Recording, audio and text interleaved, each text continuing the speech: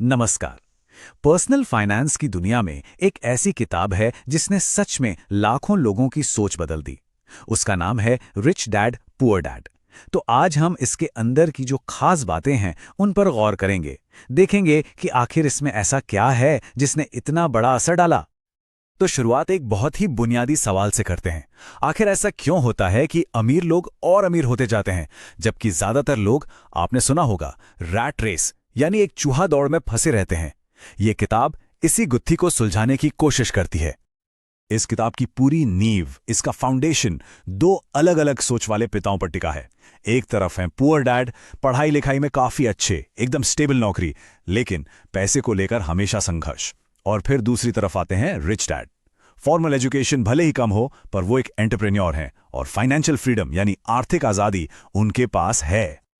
तो चलिए सबसे पहले इसी कॉन्फ्लिक्ट को समझते हैं। दो डैड, दो माइंडसेट, क्योंकि यही वो कोर आइडिया है जिससे इस किताब का हर लेसन निकला है। अब ये साफ कर लेते हैं कि ये दो डैड्स हैं कौन। देखिए, पुअर डैड जो हैं वो लेखक रॉबर्ट कियोसाकी के खुद के पिता हैं, और रिच डैड वो उनके एक दोस्त के पिता हैं। और कमाल की बात यह है कि उन्होंने ही रॉबर्ट को पैसे के वो सबक सिखाए जो उनके अपने पिता कभी नहीं सिखा पाए। अब आगे बढ़ते हैं और बात करते हैं पैसों के नियमों की, वो नियम जो स्कूल में कभी नहीं सिखाए जाते। ये किताब हमारे एजुकेशन सिस्टम पर एक बड़ा सवाल उठाती है। रिच डैड की फिलॉसफी बिल्कुल साफ है। वो कहते हैं कि स्कूल हमें एकेडमिक और प्रोफेशनल स्किल्स तो खूब सिखाते हैं, पर जब बात आती है मनी मैनेजमेंट की तो उस पर फोकस ना के बराबर होता है। तो आखिर ये फाइनेंशियल एजुकेशन इतनी जरूरी क्यों है? रिच डैड के हिसाब से इसमें तीन चीजें आती हैं। पहला, एसेट्स और लायबिलिटीज के बारे में सीखना। दूसरा, इन्वेस्टिंग को समझना। और तीसरा, अपनी फाइनेंशियल इंटेलिजेंस यानी पैसे को लेकर अपनी सूझबूझ को बढ़ाना। असली दौलत की नींव यही है। और अब हम आते हैं इस किताब के शायद सबसे मशहूर, सबसे इंपॉर्टेंट कॉन्सेप्ट पर, एसेट्स वर्सेस लायबिलिटीज। ये एक इतना सिंपल सा रूल है जो अमीर लोगों को बाकी सबसे अलग करता है। तो एसेट यानी संपत्ति आखिर है क्या? किताब इसकी डेफिनेशन बहुत ही आसान रखती है। कोई भी ऐसी चीज जो जेब में पैसा डाले, बस इतना ही। और इसके ठीक उल्टा है लायबिलिटी यानी देनदारी। इसकी डेफिनेशन, कोई भी ऐसी चीज जो जेब से पैसा निकाले, बस। इन दो चीजों का फर्क समझना ही सबसे बड़ा गेम चेंजर है। और जानते हैं, यही छोटी सी समझ खरीदारी की आदतों में जमीन आसमान का फर्क ला देती है। अमीर लोग क्या करते हैं? वो इनकम पैदा करने वाले एसेट्स इकट्ठा करते हैं, जैसे बिजनेस, रियल एस्टेट या इन्वेस्टमेंट्स।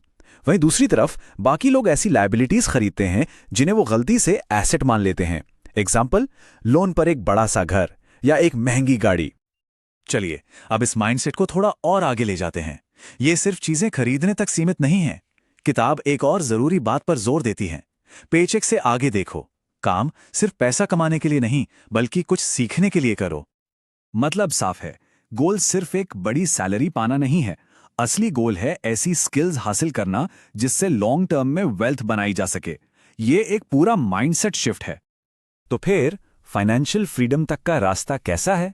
किताब इसके लिए एक 4 स्टेप का प्लान बताती है। स्टेप 1, जरूरी स्किल्स सीखो, जैसे सेल्स, लीडरशिप। स्टेप 2, इन स्किल्स का इस्तेमाल करके एसेट्स बनाओ या खरीदो। स्टेप 3, अपने फाइनेंसेस को मास्टर करो, हमेशा सीखते रहो। और आखिर में स्टेप 4, सोच समझकर रिस्क लेने से मत डरो। तो सवाल उठता है कि इस किताब की लेगेसी क्या है? देखिए, ये सिर्फ एक किताब बनकर नहीं रह गई, ये एक ग्लोबल फेनोमेनॉन बन चुकी है जिसका असर आज भी बरकरार है। जरा इस नंबर पे गौर कीजिए। दुनिया भर में इसकी 40 मिलियन यानी 4 करोड़ से भी ज्यादा कॉपीज बिक चुकी हैं। यह आंकड़ा अपने आप में इसकी ग्लोबल रीच की कहानी कहता है। तो आखिर ये इतनी सक्सेसफुल हुई क्यों? इसके पीछे कुछ खास वजहें हैं। 1, ये पैसे को लेके एक बिल्कुल नया नजरिया देती है। 2, इसकी कहानी काफी सिंपल और एंगेजिंग है। 3, ये फाइनेंशियल इंडिपेंडेंस का एक रास्ता दिखाती है। और 4, इसके जो लेसन्स हैं वो टाइमलेस हैं, आज भी उतने ही रेलेवेंट। लेकिन हर कहानी के 2 पहलू होते हैं। एक बैलेंस्ड व्यू रखना जरूरी है, और इस किताब की भी आलोचना हुई है। क्रिटिक्स कहते हैं कि इसकी एडवाइस कई बार ओवर सिंप्लीफाइड लगती है। इसमें डिटेल्ड कैसे करे वाले स्टेप्स नहीं हैं। कुछ आइडियाज रेपिटेटिव महसूस हो सकते हैं, और ज़रूरी नहीं कि इसकी स्ट्रैटेजीज हर किसी पर हर सिचुएशन में काम करें। तो इस सब का निचोड़ क्या है?